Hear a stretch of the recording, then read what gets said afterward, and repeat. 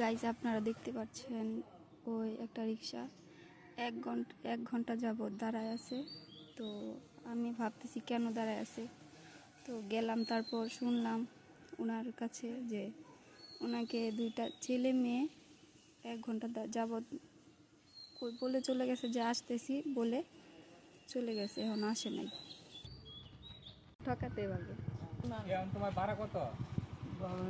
530 থেকে 40 টাকা, 130 টাকা ঘন্টা। 130 টাকা ঘন্টা? 4.5 ঘন্টা ঘুরছে।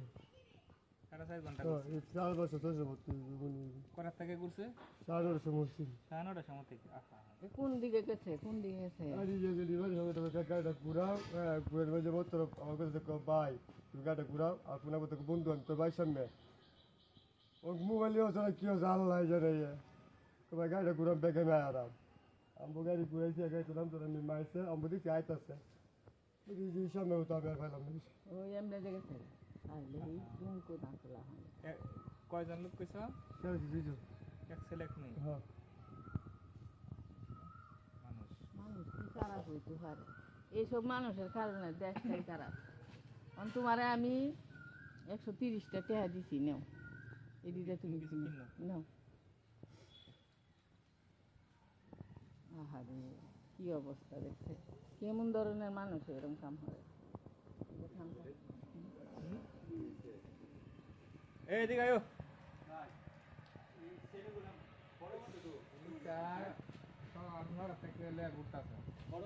একটা 20 টাকা ঘন্টা কি জমা করা বুঝছেন? 120 টাকা ঘন্টায় ভাড়া লোক, হ্যাঁ 130 টাকা ঘন্টায় ভাড়া লোক, তারা ভাড়া না দেয়া গাড়ি ঘোরাও তুই এদিকে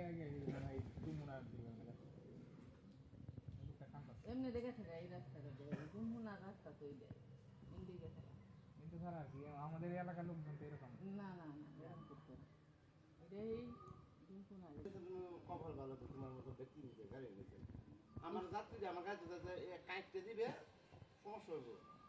এরকম ওয়াইটটাকে তুমি চলতে তুমি তোমার গাড়ি কোথায়